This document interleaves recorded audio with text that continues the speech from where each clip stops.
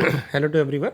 Today I will discuss few questions on inverse trigonometry at for JEE level. थोड़े से high level के questions है, ज़्यादा difficult नहीं है बट थोड़े कंसेप्ट बेस्ड है, राइट। तो जैसे क्वेश्चन नंबर 1 आप पढ़ रहे हैं, find the number of solution, कि इस इक्वेशन के कितने सॉल्यूशन आएंगे जो हमने इक्वेशन दी है। क्योंकि ये लॉग बेस्ड है तो कुछ लॉग की प्रॉपर्टी में बदले बताना चाहूँगा।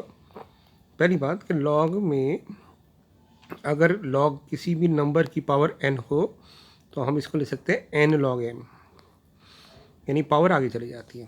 यानी कहने का मतलब है कि अगर मेरे पास क्वेश्चन है log 8 और मैं log 8 को लिख सकता हूँ 2 की पावर 3, क्योंकि 2 रेश पर 3 8 होता है, तो इसको 3 log 2 भी लिख सकते हैं। पहली चीज़ तो पावर आगे चली जाती है।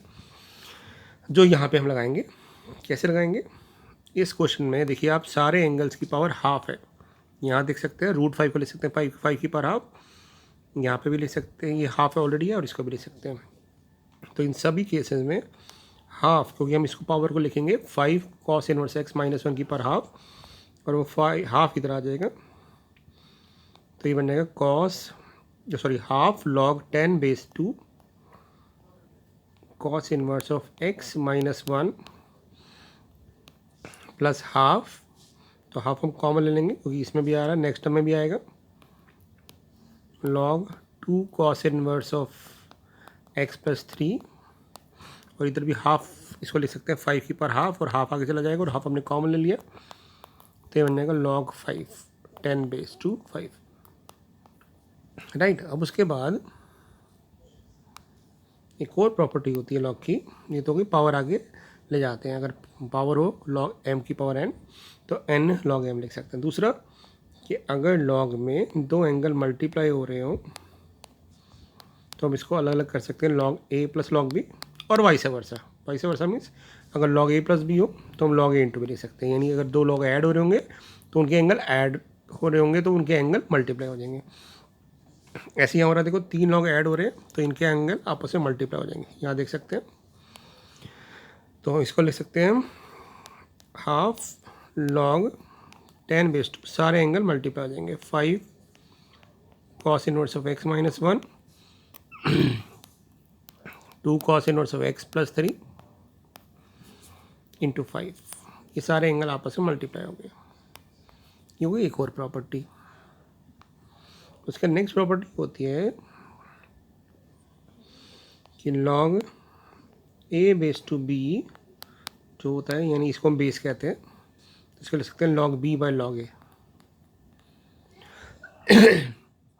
और एक चीज़ और, 1 को हम किसी का भी बेस बना सकते हैं, log a बेस टू है, क्योंकि इसको लिखेंगे log a upon log a तो कट जाएगा, बस a 0 नहीं होना चाहिए। log, आपको एक और चीज़ बता दूं कि log के अंदर जो एंगल है वो हमेशा पॉजिटिव होना चाहिए, राइट, हमेशा 0 से बड़ा होना चाहिए, क्योंकि नेगेटिव के अंदर log एग्जिस्ट नहीं करता, राइट। तो यहाँ पे a 0 से बड़ा है, बस ये प्रॉपर्टी याद रखनी है। तो उसी लॉजिक से ध्यान से देखिएगा, मैं क्या करूँगा, इसको पहले इस हाफ को ले जाऊँगा, तो ये हाफ यहाँ से कट जाएगा,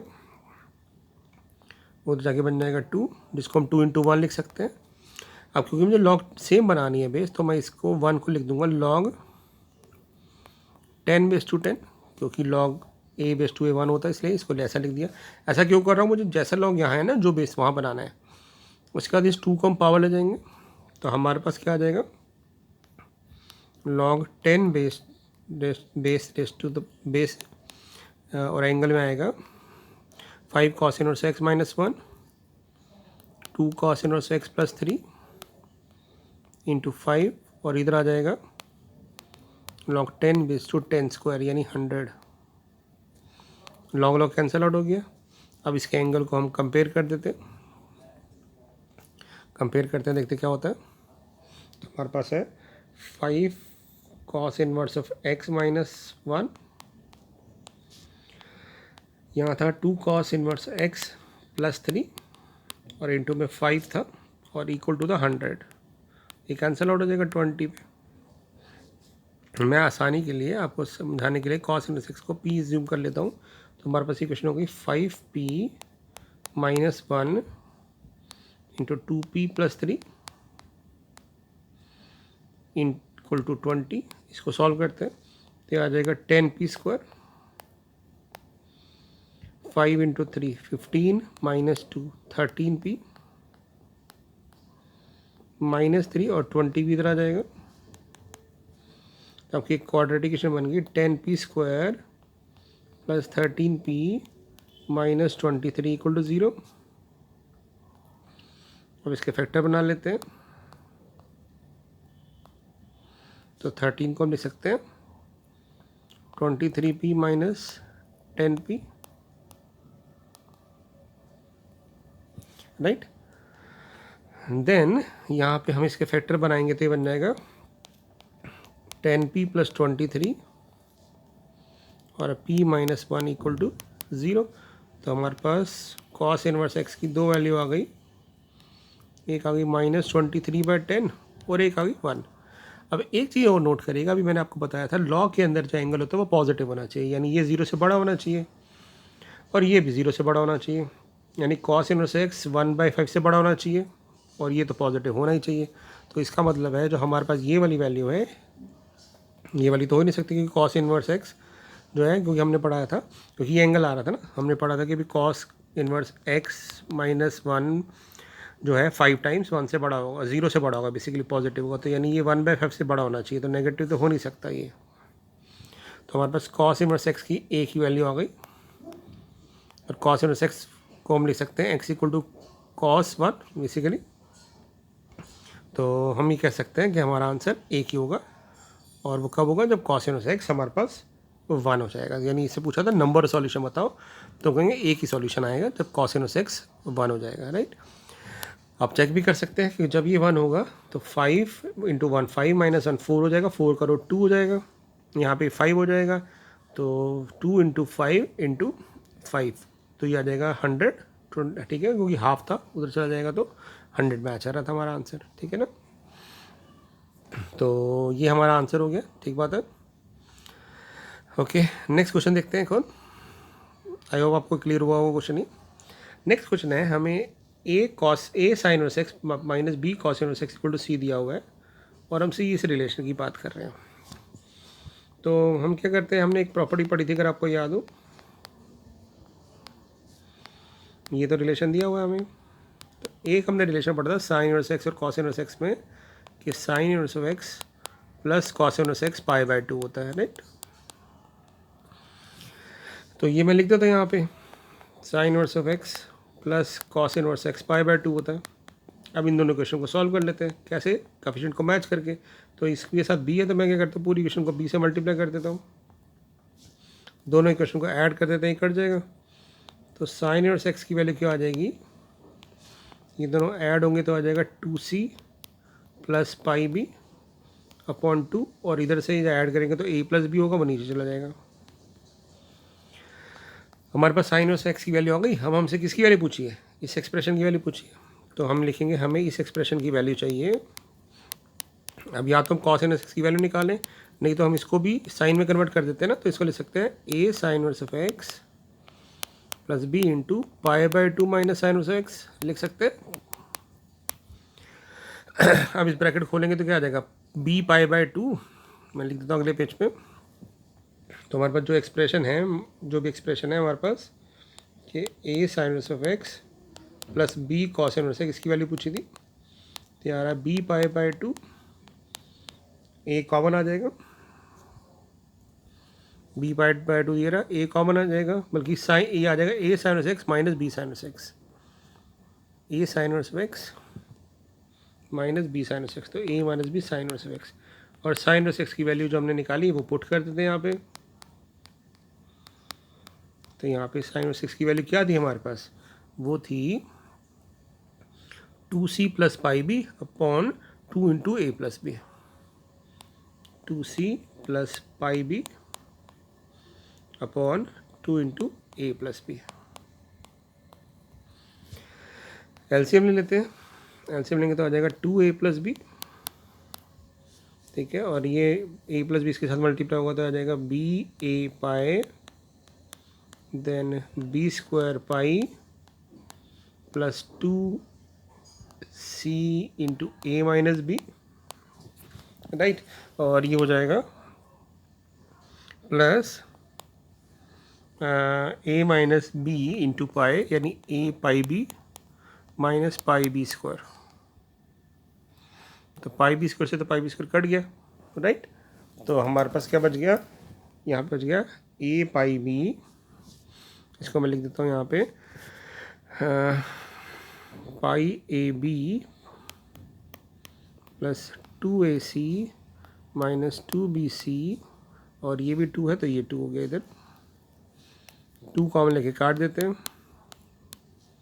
2 कॉमन लेके सबसे कट जाएगा। तो हमारे पास फाइनल आंसर क्या आएगा, पाई ए बी, इन दोनों से c कॉमन आ रहा है, c कॉमन लेते हैं a minus B divided by a plus B. तो ये हमारे पास इस एक्सप्रेशन की वैल्यू आ जाएगी। इसको MCQ भी बना सकते हैं और या इसमें रिजल्ट भी पूछ सकते हैं, राइट। नेक्स्ट क्वेश्चन देखते हैं। हमसे पूछा होगा इस एक्सप्रेशन की रेंज निकालिए, मीन्स fx के आंसर कहाँ से कहाँ लाई करेंगे। तो पहले हम इसको सिंप्लीफाई करते हैं बेटा। तो हमने ना प्रॉपर्टी पढ़ी थी कि cot inverse of minus x जो होता है उसको हम लिख सकते हैं pi minus cot inverse x, ठीक बात है। तो उस प्रॉपर्टी से मैं fx को क्या लिख दूंगा, pi minus cot inverse of x,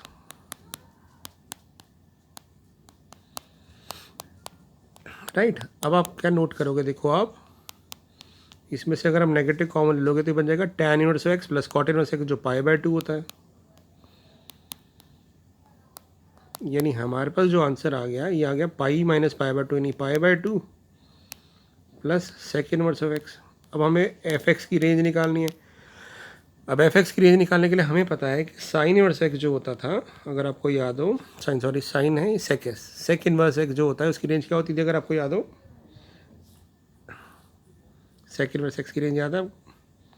तो सेक इनवर्स एक्स जो होता था वो लाई करता था कॉस की तरह 0 to pi excluding mid value. यानी जो सेक इनवर्स एक्स है वो 0 से पाई के बीच में होता था और पाई बाय 2 नहीं होता था।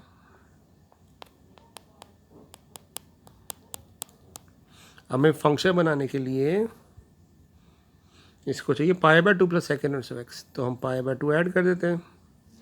तो जब दोनों साइड पाई बाय 2 ऐड करोगे तो आ जाएगा pi by 2 plus second inverse of x,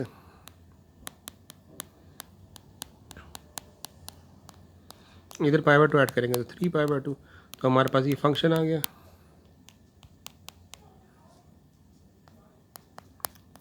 right. तो हम कहेंगे जो इसकी रेंज आ जाएगी वो आ जाएगी पाई बाय 2, ठीक है। और हमने यहाँ पे ये भी माना था कि जो यहाँ पे जो सेक इनवर्स एक्स है वो पाई बाय 2 नहीं हो सकता ना। तो हमारे पास रेंज आ जाएगी पाई बाय 2 से 3 पाई बाय 2 एक्सक्लूडिंग व्हाट,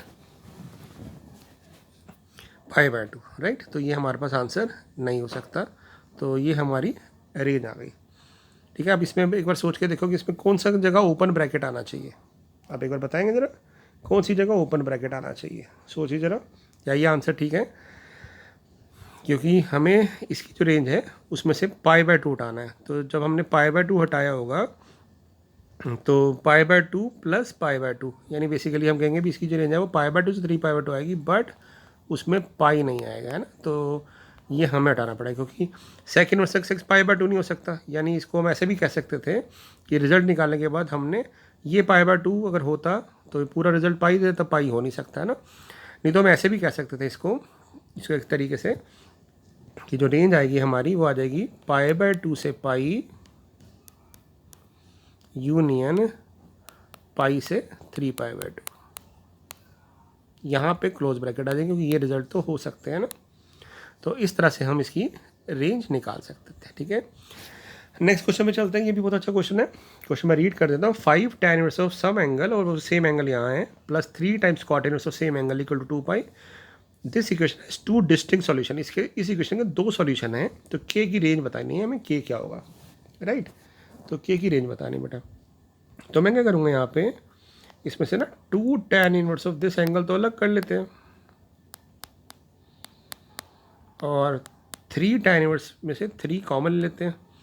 तो tan inverse of some angle, इसको थीटा मान लेता हूँ मैं, plus cot inverse of same angle equal to 2 pi दिया हुआ है। ये हमारे पास पता है पाई बाय 2 होता है। तो हम कह सकते हैं 2 tan inverse of x square plus x plus k plus 3 into pi by 2 this is equal to 2 pi है, राइट।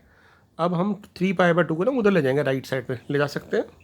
तो हमारे पास आ जाएगा 2 tan इनवर्स ऑफ, यहाँ पे आ जाएगा x square plus x plus के, ये 3 पाई बाई 2 उधर जाएगा तो आ जाएगा पाई बाई 2, ये 2 इधर ले जाएंगे तो ये आ जाएगा पाई बाई 4, और फिर tan को उधर ले जाएंगे तो आ जाएगा x square plus K equal to tan pi by 4, tan pi by 4 मतलब 1। अब इसकी हम इक्वेशन के वो बनाते हैं परफेक्ट स्क्वायर। तो हमारे पास क्या आ गया, x square plus K equal to 1। अब आपको परफेक्ट स्क्वायर बनाना आता है ना, परफेक्ट स्क्वायर कैसे बनाते हैं, आपने पढ़ा था 10th क्लास में, पहले का एक्स स्क्वायर का कोएफिशिएंट 1 होना चाहिए, ऑलरेडी है। उसके बाद क्या करते हैं, जो भी एक्स का कोएफिशिएंट होता है उसके हाफ का स्क्वायर ऐड और सब्ट्रैक्ट करते हैं। तो हाफ का स्क्वायर ऐड और सब्ट्रैक्ट करते हैं तो क्या आएगा देखिए, तो एक्स का कोएफिशिएंट 1 है तो 1 का हाफ हो जाएगा 1/2, 1/2 का स्क्वायर ऐड किया दोनों साइड, सब्ट्रैक्ट किया तो बैलेंस हो जाएगा, ठीक है, और के को उधर ले गए। तो ये बन गया आपके पास एक्स प्लस हाफ का whole square equal to 5/4 minus K. अब इसके दो डिस्टिंक्ट रूट आने चाहिए। दो डिस्टिंक्ट रूट का मतलब क्या है कि ये जो परफेक्ट स्क्वायर है ये 0 से बड़ा होना चाहिए। अगर 0 से छोटा होगा तो नो रियल रूट्स आएंगे, 0 होगा तो इक्वल रूट्स आएंगे, यानी ये 0 से बड़ा होना चाहिए, यानी 5/4 माइनस के 0 से बड़ा होना चाहिए। यानी हम के को उधर ले जाएंगे तो के की वैल्यू जो होगी वो 5/4 से लेस होनी चाहिए। तो के की रेंज क्या आ गई, के जो है हमारा 5/4 से लेस हो क्या रहा है, यानी ये सारे आंसर आने चाहिए। तो हम कहेंगे के का जो रेंज आएगा वो आ जाएगा के बिलोंग्स टू -∞ से 5/4। आपसे यही तो पूछा गया था, आपसे क्या पूछा गया था, फाइंड दी रेंज ऑफ के। बताओ के कहाँ से कहाँ लाई करेगा। अगर इसके दो डिस्टिंक्ट रूट है तो हम कहेंगे के जो लाई करेगा वो -∞ से 5/4 होगा, राइट। तो इस तरह से हम क्वेश्चन कर सकते हैं। आई होप आपको क्लियर हुआ होगा। एक लास्ट क्वेश्चन और करते हैं।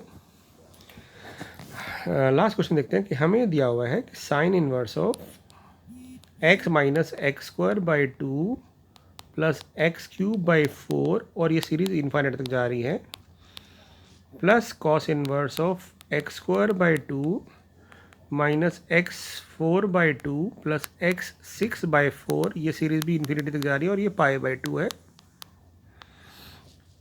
राइट।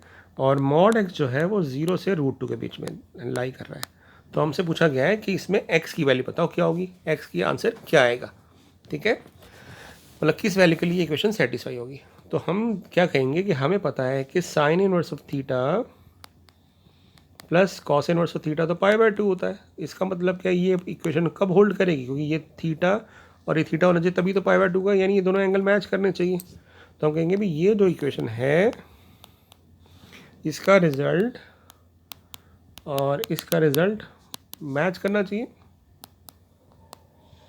तो आप देखोगे दोनों की दोनों जो हैं, यहाँ पे 0 यहाँ पे 1 है, तो यहाँ पे 1 है, ये तो आप देखोगे दोनों की दोनों जो सीरीज़ है ये जीपी सीरीज़ बन रही है, इनफाइनाइट जीपी सीरीज़। तो इनफाइनाइट जीपी सीरीज़ का सम होता था a/1 - r।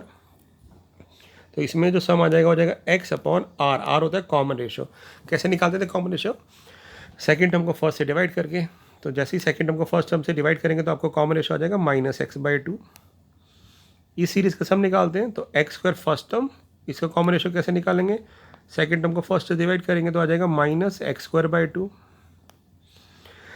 एलसीएम लेंगे तो हमारे पास आ जाएगा 2x/2 + x इक्वल टू आ जाएगा 2x² / 2 + x², राइट। हम क्रॉस मल्टीप्लाई कर देते हैं तो हमारे पास इक्वेशन क्या आ जाएगी, देखें हमारे पास इक्वेशन आ जाएगी 2x 2 + x² equal to 2x² 2 + x। 2 से 2 कैंसिल आउट हो गया, सबको एक साइड ले जाते हैं तो x कॉमन आ जाएगा, सबको एक साइड ले जाएंगे तो x तो कॉमन आ जाएगा, तो यहाँ बचेगा 2x + x²- 2 - x², राइट। क्योंकि यहाँ से x कॉमन ले लिया हुआ है ना, हमने कट नहीं करना है बेटा, x कट नहीं करना है क्योंकि हमें पता नहीं x 0 है कि नहीं 0 है। तो हमारे पास ये आ जाएगा x² से x² कट गया, 2x + 2 आ गया, ठीक है। 2x-2 आ गया। तो हमारे पास जो है यहाँ पे x या तो 0 आएगा या फिर x की वैल्यू हमारे पास क्या आ जाएगी, x की वैल्यू आ जाएगी हमारे पास 0 या फिर -1। यही कह रहा हूँ, सही कह रहा हूँ, देख लो, -1 सॉरी -2 है तो 1 आ जाएगी। तो x की वैल्यू 0 आ रही है और 1 आ रही है। बट हमें कंडीशन क्या दी थी, अगर आप ध्यान से देखो, कंडीशन थी हमारे पास कि x जो है वो 0 से √2 के बीच में लाई कर रहा है मॉड। तो इसका मतलब क्या हो गया, x 0 नहीं हो सकता है ना, x 0 तो हो नहीं सकता। तो इसका मतलब क्या होगा, हमारे पास x की वैल्यू क्या आ जाएगी 1। तो इसका जो आंसर पूछा था हमसे, क्या पूछा था कि x की वैल्यू बताओ क्या होगा, तो ये x का आंसर 1 आएगा। और ये क्वेश्चन ऐसे भी आ सकता है कि this equation has how many roots या how many solutions, 1 root, 2 root, unique solution, इस रेंज में। तो क्योंकि एक ही आंसर आ रहा है तो हम कह सकते हैं इसका एक ही सॉल्यूशन आएगा, x = 1। तो ये कुछ 5 क्वेश्चन जो थे इन्वर्स ट्रिगो के थे, जो जितना हमने टॉपिक अभी तक पढ़ लिया है उसके ऊपर बेस, और ये जेई लेवल के थे, तो थोड़े से hot question, right. I hope आपको ये क्लियर हुआ होगा। अगर नहीं क्लियर तो दोबारा वीडियो देखिए बेटा, दोबारा सोचिए, अपने डाउट्स नहीं तो कमेंट बॉक्स में डालिए और फिर मैं दोबारा अगले वीडियो में उसको डिस्कस करूँगा। ठीक है बेटा, थैंक यू सो मच।